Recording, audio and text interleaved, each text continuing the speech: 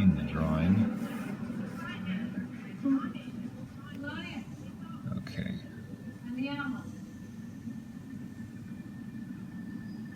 Just got this new camera wire. So why did you come to me? It's holding up the camera. You could have found other ways to get transit papers.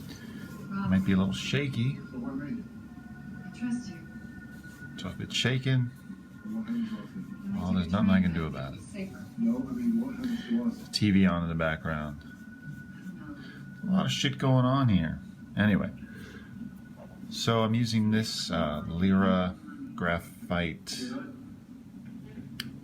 crayon, so you can look that up. This is a 9B, super dark. And what's great about it is you don't have this tip at the end. It's a very dull one, so it forces you to basically not detail. You can only do like large shapes.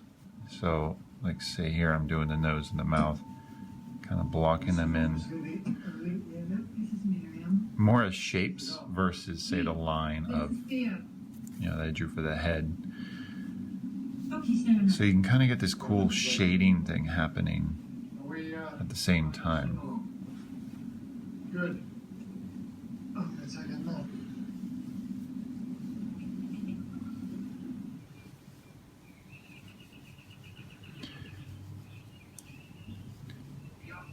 So I'm not looking at anything, but I'm just, taking from basically the knowledge that I've forced myself to just memorize, what a face looks like from the front on. Yes, you were. He always snored. So I think of these very graphic shapes. Look how the eyes are almost like triangles, right? Well, they don't really end up that way, but it's kind of how I block them in. So if you're doing a face front on, just dead straight on, then, you have more or less perfect symmetry. Because you're drawing it by hand, you will get a sense of asymmetry regardless, which you want because faces are not perfectly symmetrical.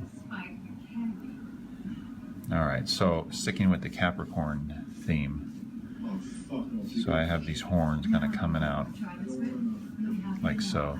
And it's been really tricky for me just getting horns. There's so many different types you can do, but I've always had trouble with horns, mainly because I haven't drawn them a lot, so I was kind of a little intimidated by, drawing these horns right, and then, second of all, making them look interesting, because you can go really sour on these things. They cannot look good, and which is why I was posting all those drawings of, the side view, right? You do the side head, and thinking about where those horns come out is going to affect how it looks from the front, right? Like, so knowing at what point on the head do the horns come out is going to influence what it looks like from the front. Again, sorry for I'm just totally doing this impromptu. The TV's on, kind of loud. If you can guess the movie. Are you still teaching Concept Design 101 at the studio art? Yeah, and I'm recording right now. Oh. So everyone, but I'm just talking, there's noise. That's Lindsay in the background. Everyone say hi to Lindsay.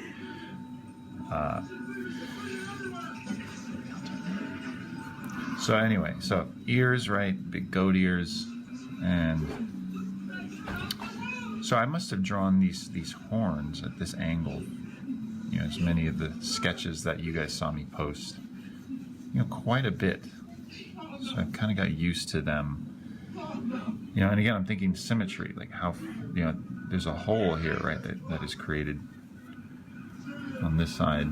That should be the same distance from measuring it out, over here. So again, that's the benefit of straight on. Something I don't do that much anymore, but I used to do it a lot. It's just a good exercise, drawing a face straight on. So it'll help you draw 3/4 and then profile and all that. Okay. Need some hair in here. So you can see it's kind of all blocked in to some degree. I am drawing it at an angle to kind of make sure that the camera is catching it all, so it might be a little skewed anyway. Okay, got hair, so I'm not able to fit in the circle. And so for the border treatment I want to give this within the circle, I'm going to do that on another piece of paper. So I'm just going to draw the girl by herself, and then, you know, do the circle on a separate page, maybe tracing paper, put it over so I can kind of plan out. And then, I know we're not a digital group, but that's just going to be something that's how I'm going to approach the finished, is I'm going to have basically layers. I'm going to have this drawing here, I'm going to have, you know, the circle, and then perhaps the signs, you know, what my treatment of the signs are going to be. You know, I did think at one point of putting it, say, on the forehead. But then I thought, no, I'll put it at the bottom, and then maybe I'll put like the stone, right, on the forehead, the stone of the sign. There's so many cool things we can use from astrology into our work. And that's why I think it's going to be a really cool year to see what you guys come up with. Anyway, I hope this helped at all, some of you guys. And again, feel free to, you know, post videos, because, you know, that's something I wanted to do last year, was to post videos for Just Draw, but I didn't have enough time to actually get in that much. I was amazed that I was able to do it anyways. But, you know, posting videos helps other artists understand your process a lot more than just still images. So forgive me, guys, for having not done this sooner, but hey, better late than never, right? So again, all with this one pencil. You can see how I'm holding it. I'm not really getting in there like this. I'm actually just using my arm more to draw. And again, don't be intimidated. I've drawn faces 1,000 times. You know, if you're just getting into it, then that's 1,000 more faces you need to draw just to feel a bit more confident. Faces are very hard, but it's all about practice. All this is about practice, which is why I encourage, you know, any artist to draw daily, even if it's for 10 minutes. I mean, if you can do one thing for you a day, what is it going to be? For a lot of us, it's drawing, because we love it, right? And this particular theme is giving us a month to work on something, which turned out to be, I think, maybe a little misleading. I'm speaking personally. Like, it's tricky because you have too much time. But if you think about it like just a work project, someone's commissioning you to design it, but you are the art director. You are the commissioner. You're buying your own time, as it were. You know, I'm thinking of things that I never would have thought of, you know, especially with Zodiac, you know. And again, drawing horns is something I've always wanted to do, and 3 of the signs are horns. You know, have horns in them. If you're going traditional, even if you're doing Chinese or Celtic or Native American, you have animals with horns. And dude, people love horns. And, you know, we think they're cool and they're beautiful and gracious, sexy and demonic, and all these things kind of rolled into one. So many things you can do with them. So again, I'm leaning, you know, goat horns here for Capricorn. You know, rams, they could potentially have similar horns. So I'm going to think, okay, maybe those are going to be angled back more. These are kind of straight on, looking right at us. Then we have Taurus, completely different kind of horns. You have creature that comes to mind is the guy from Legend, the Darkness character. This big, beautiful black Taurus horns, like coming at you. Like, how do you draw that?